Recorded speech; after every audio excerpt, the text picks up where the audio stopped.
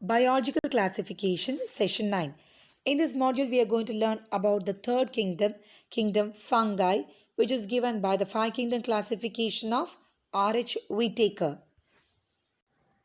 Kingdom fungi consists of heterotrophic organisms. Heterotrophic means those organisms who depend on other organisms for their food. They cannot prepare their own food. And the thallus organization of fungi is that they are filamentous with the exception of unicellular yeast. Unicellular yeast do not have a filamentous thallus structure or filamentous body, whereas the rest of the fungi are filamentous and multicellular. And the fungi is made up of long slender thread-like structures called as hyphae. And a network of hyphae is called as a mycelium. So the thread-like structures, long thread-like structures, slender thread-like structures, which forms the body of the fungi is called as hyphae, and the network of hyphae is called as mycelium. The hyphae can be of two types. Either they are having a septa or cross walls, okay, and the other type of hyphae, they lack a septa or cross walls, and such hyphae, they are filled with multinucleated cytoplasm, and this condition is called as cenocytic hyphae. So those hyphae which lack a septa or cross wall and they are filled with multinucleated cytoplasm are called as cenocytic hyphae. The fungi have a cell wall which is made up of chitin and polysaccharides. Most fungi are heterotrophic and they absorb the soluble organic matter from dead substrates. That is, they feed on the dead substrates and convert the organic matter in the dead substrates into inorganic matter and release them into the soil. And such fungi are called as saprophytes. Whereas the other type of heterotrophic fungi are those which depend on living plants and animals, and they are called as parasites.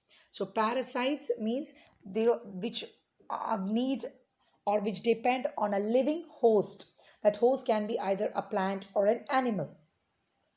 The fungi also live as symbionts. Symbionts means those organisms who live in mutual beneficial relationship is called as a symbionts. Example is an association with algae and a fungi. Such an association between an algae and a fungi is called as lichens.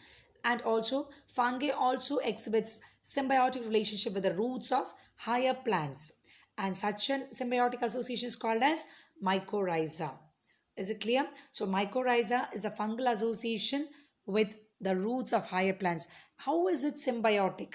That means the plants give fungi nutrition, whereas fungi gives it the roots of the higher plants with, or it protects the roots of higher plants from pathogenic or root-borne pathogens, attack of root-borne pathogens. It also helps in the absorption of nutrients, and many such functions are performed by the fungi which is in association with the roots of higher plants. Whereas in lichens, the algae prepares food and fungi gives it protection. It also helps in the absorption of water and nutrients to the algae. So both are benefited, and such a beneficial relationship in which both the organisms are benefited is called as symbiotic relationship. So fungi are either saprophytes or parasites, or they are having a symbiotic relationship with other organisms. This is a picture showing the hyphae or thread-like structure. Slender thread-like structure is called as hyphae, and a network of hyphae is called as a mycelium. Reproduction in fungi. It takes place by vegetative means, by sexual methods, and also by asexual methods.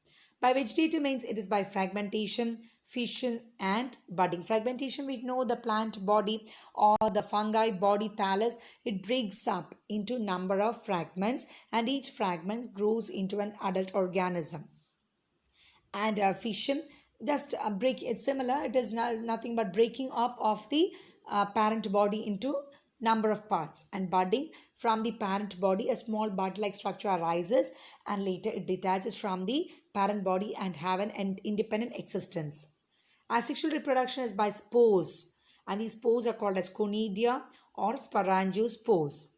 And sexual reproduction is again by another type of spores, namely oospores, ascospores, basidiospores. There are different types of spores, asexual and sexual spores. The sexual reproduction in fungi involves three steps.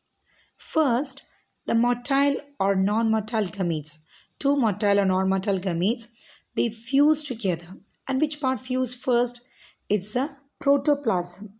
And that fusion of protoplasm is called as plasmogamy. Plasmogamy is followed by the fusion of two nuclei, and that is called as karyogamy.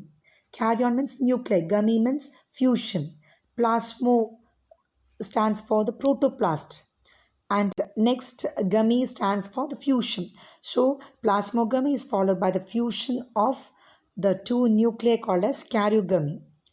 And after fusion, the two haploid gametes fuse together, giving rise to a diploid. Haploid means which is having one set of chromosomes, and diploid means which is having two sets of the chromosomes. So once the diploid zygote is formed, it results in meiosis. Meiosis, as we have learnt, it is the type of cell division which reduces the chromosome number to half. So the diploid zygote, which is having 2n. 2n means the double the number of chromosomes, undergoes meiosis to give rise to haploid spores. So initially the gametes were haploid. So the haploid gametes join together or they fuse together to give rise to the diploid zygote. And the diploid zygote has to undergo meiosis or reduction division, so that again the diploidy condition is converted to haploidy condition. The diploid zygote undergoes meiosis to produce haploid spores.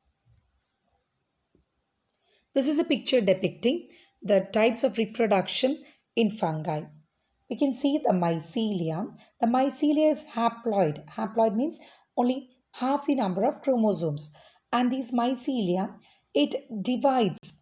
Asexual reproduction takes place by the production of spores. It takes place by the production of spores.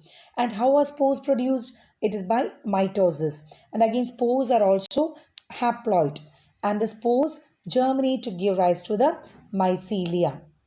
And sexual reproduction involves three steps, in which the haploid cells of two different mycelia, they fuse together. And first, it is a fusion of the cytoplasm called as plasmogamy. And plasmogamy is followed by the fusion of the nuclei called as karyogamy. So n plus n joins together to give rise to a zygote, which is 2n. And the 2n has to again divide into n. So that means the division is meiosis. So the zygote undergoes meiosis to give rise to the haploid spores. We studied different types of the sexual spores, oospores, basidiospores, ascospores. These are the different types of spores. And these spores germinate to produce a multicellular mycelia. Okay, so this is the asexual reproduction and sexual reproduction. So dear children, in this module, we learnt about the general features of kingdom fungi. Thank you.